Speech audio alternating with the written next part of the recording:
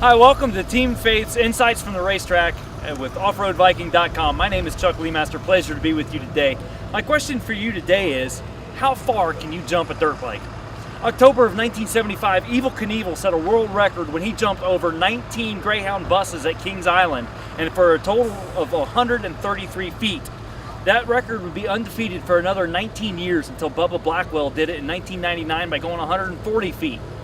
If you've been watching New Year's Eve episodes, you've seen Robbie Madison and Levi LaValle on his snowmobile jump close to 400 feet. But as of today, when I'm talking to you, that 400 feet has not been broken by anybody on a dirt bike. LaValle did it on a snowmobile, but nobody's done it on a dirt bike. So if you think you can jump 400 feet, is that far enough? The question today is, how good is good enough? Because a lot of people are looking at heaven in the same way. How far can I jump? And what's the gap for heaven? If I were to jump 400 feet, would that be far enough?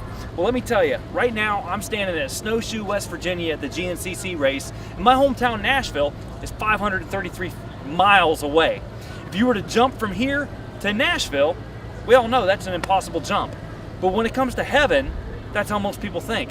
How far can I jump? Is 400 feet enough? If I'm good enough, if I go to church enough, if I preach more messages than Billy Graham, is that good enough?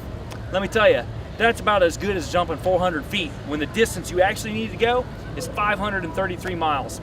Somebody in Luke chapter 18, a religious leader actually, asked Jesus, how good is good enough? And Jesus said, well, keep the 10 commandments. That's always been the standard for God. And the guy says, well, I've been doing that. And Jesus said, one thing you're not doing, sell everything that you've got and give it to the poor. The guy said, well, I can't do that. Jesus said, well, there you go then. And what Jesus was driving at is that it's impossible. What you got to give up, what you're depending on. When I ask people, hey, do you know for sure if you were to die tonight, would you go to heaven? People say, well, I hope so. I think so. I think God will like me. This guy asked Jesus the same question. When I die, is good going to be good enough? And Jesus said, no. You've got to give up everything that you're believing in, everything that you're counting on, and follow me. And the guy went away very sad.